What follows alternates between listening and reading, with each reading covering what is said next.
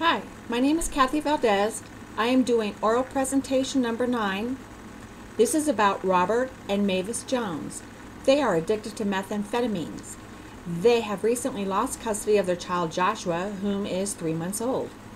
They had been partying at a nearby apartment and left their child unattended. He had been crying continuously for a long period of time, and then finally their neighbor contacted the authorities. Week 1, problem identification. We met for the first time January 2012. Mr. and Mrs. Jones were very nervous as they walked into the Human Services building. I shook both their hands and introduced myself. They in turn returned the greeting. We all sat down. I noticed they each had a bottle of soda with them, so I knew they did not need any additional drinks. I explained what I do and that I'm here to help them with all their situations.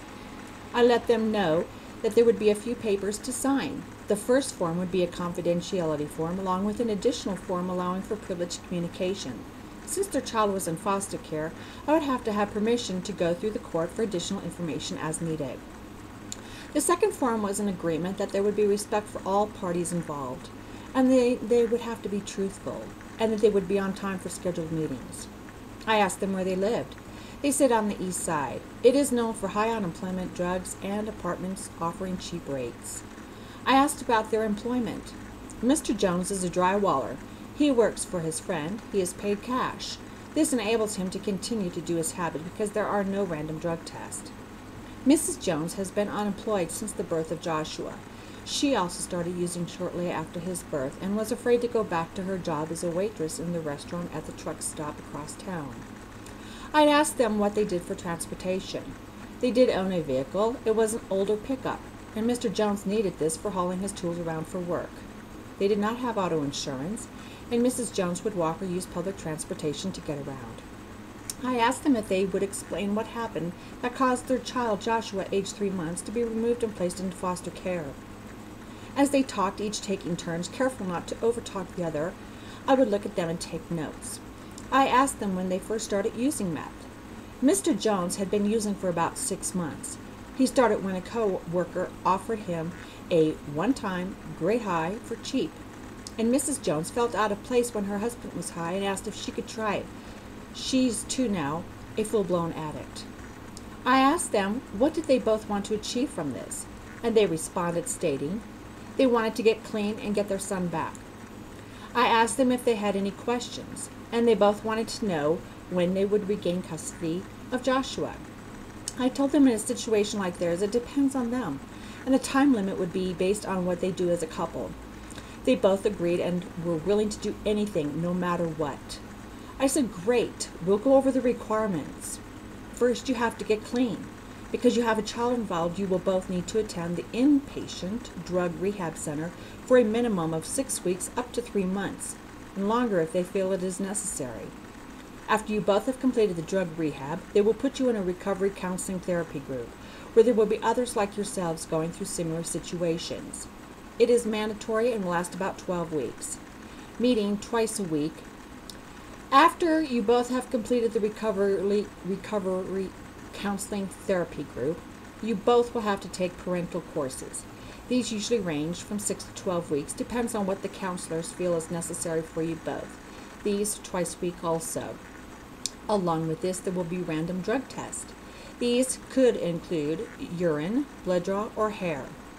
And I could see that they were shaken. I told them this is a lot to absorb right now. I reassured them this is a small price to pay to get their son Joshua back. And I asked them if they had any questions or concern. Both in unison said no.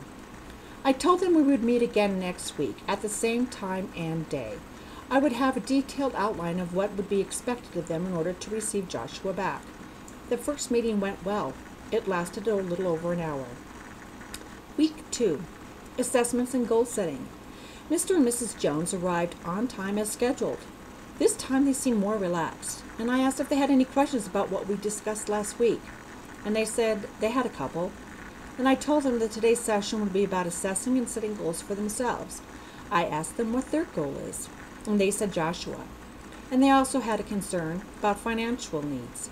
They said they don't have any way to pay for the rehab, and I explained that in the city of Colorado Springs, there is a free inpatient drug rehabilitation and recovery program. After we discussed this in detail, they felt more relieved. They were apprehensive of this particular form of treatment, though. Again, I asked them what their goal was, and they said Joshua. I went over the inpatient again and reiterated how important it is that they follow through with everything that is asked of them.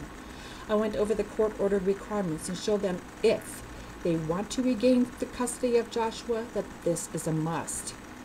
They were concerned about the length of time before they could actually get their son, and I reassured them. I said it seems a long time for now, but you'll both be better equipped with tools you'll need mentally, physically, emotionally to get Joshua back. And not only proving to the judge, but most important, proving to yourselves that you've accomplished this together. After reviewing their requirements, they will need to proceed to go to the rehabilitation center. They signed the forms and were each given a copy. I asked if they have any questions about today's sessions to write them down for next week, and that we would be discussing the plan of action then. I asked them if they know what their goals are and what is expected of them, and they said yes, it is Joshua and us getting clean. And I told them the next week we would discuss the action plan. This meeting lasted about 60 minutes. Week 3, action plan developments. The Jones arrived on time and a lot more cleaned up. Their hair was trimmed, and Mr. Jones was clean shaven. Mrs. Jones had her hair pulled back so it wasn't hanging in her face. They both came in determined, ready to begin what is needed to get Joshua back.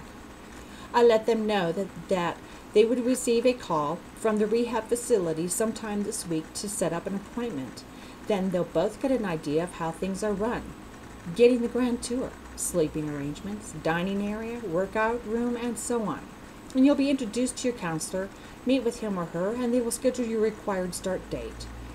I also told them that the inpatient facility is responsible for the recovery group therapy, and the facility utilizes a couple different courses on parental care and responsibilities. They appeared nervous and apprehensive. I explained I would come by periodically to see how things are going. We went over the action plan one more time, and they reassured me that they were nervous about this, but that they were wrong for what they've done, and they are willing to work as hard as it takes to get their son back. Week 4, implementations. We met at our usual time and day. This will be our last formal meeting until the Joneses have completed their required inpatient rehab. This week, Joshua turned 4 months old.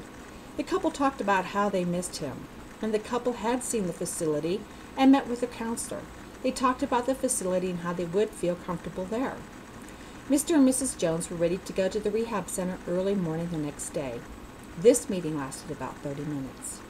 Every couple of weeks, I would go visit them to see how they were doing, and I had been receiving updates of their progress. They were both doing well and doing everything that was expected of them. After their 90 days in rehab, they were able to return to their home and resume their life minus the meth. They were required to still check in with me every couple of weeks, along with continuing the recovery meetings and classes. Mr. Jones decided to quit his friend's business and work as a journeyman for a regular company that would provide him as his family health insurance and benefits.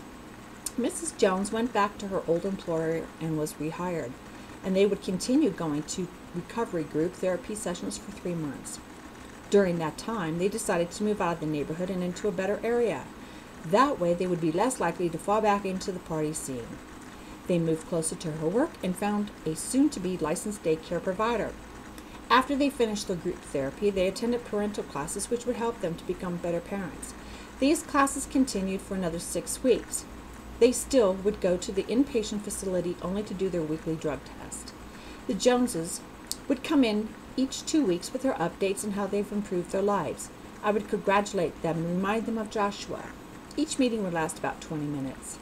Mr. Jones had moved up in his company to supervisor, and Mrs. Jones had started taking a couple classes at the community college to further her education. Terminations. Our last meeting we had was about 30 minutes long. We went over everything in the past year and how much their lives have improved, and they have themselves to thank. I told them I would come around to see their new place and see how things are going, and that they are welcome to stop by at any time just to talk. Evaluations. After a year of drug rehab, group therapy, parental classes, and weekly drug tests, they had a great record to put before the judge to let him know they were ready to be responsible, healthy, drug-free parents. Their case is set for June 2013. Hope you enjoyed.